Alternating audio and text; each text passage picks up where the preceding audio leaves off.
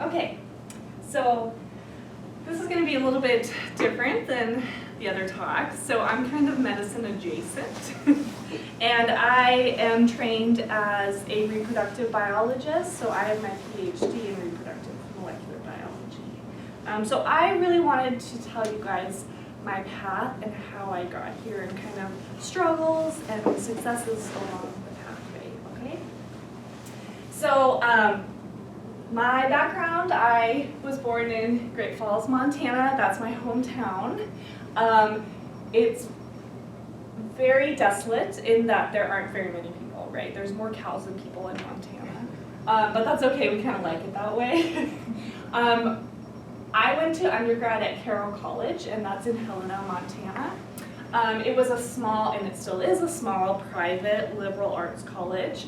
I majored in biology and minored in math. I'm still paying off my student loans, FYI. But look at how beautiful it is, right? Gorgeous. I miss those mountains.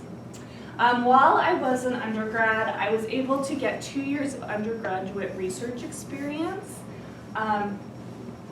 And when I was doing that, look how little I am there. I studied mosquitoes. So I studied the vector for West Nile virus, and that's a mosquito called Culex tarsalis that exists in Montana.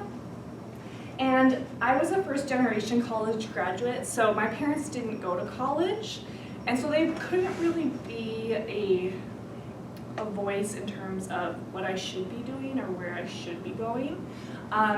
So I didn't really know anything other than I just really liked biology, okay? And I applied for a research position just because I thought it sounded interesting, and I was lucky enough to get it. And so coming to the end of my junior year, my thesis advisor's like, okay, well, we should probably start thinking about grad school. And I was like, grad school? What? Right? So I had no idea. And that's okay. So the summer before senior year, I started looking at grad schools, mostly in the Northwest. During that summer, you have to take the GRE. And then you also reach out to professors at those different graduate schools to see if they have room and money in their lab to take you on as a graduate student. Fall semester is when you had all your letters lined up and you actually submit those applications. So you kind of have to be thinking ahead of where you want to be going.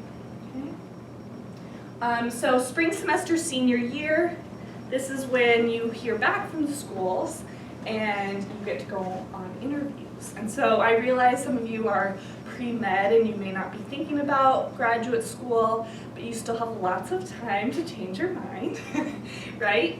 Research is very cool. And if you like doing puzzles, it's a really fun avenue in terms of a job where you literally just come to work and you do a different puzzle every day. So if you do decide to go down this route and you interview at a graduate school, you want to be connecting with the professors that interest you. You should bring questions about their research papers, questions about where they think they're heading in terms of their research. You really do need to be social. Graduate students have a say in whether or not you get in. Okay?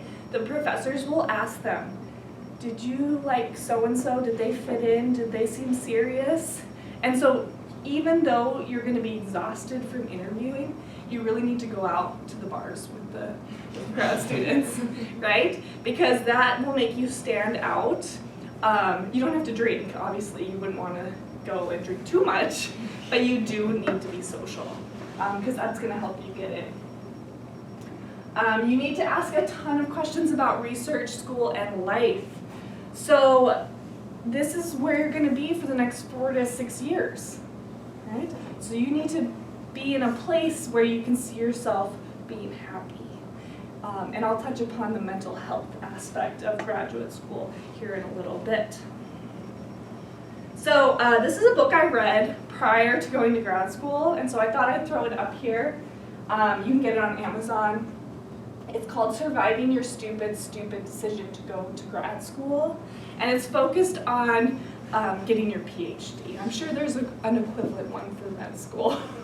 But essentially, it says don't go to grad school unless you are truly passionate about your field. Otherwise, you will hate your life because it's a lot of work. Somebody reviewed it and just said it's funny because it's sad and true. So I put that, throw that up there. So I went to graduate school. I ended up moving to Washington, and I went to Pullman, Washington, which isn't on this map, but it's just somewhere around here. It is teeny tiny. The entire town is the university. It's about 30,000 people, and it's just surrounded by fields of lentils. So go Cougs, anybody? Go Cougs? Yeah, okay. So Washington State was a transition for me, just because I was leaving Montana, that's all I really knew. And I had no idea what I was walking into. Graduate school, first off, you get paid to go to grad school.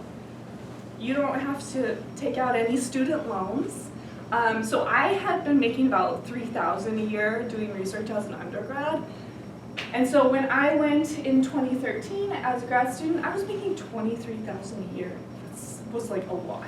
I was so wealthy, especially because apartments in Pullman cost about $500 a month. So you could cover your living expenses.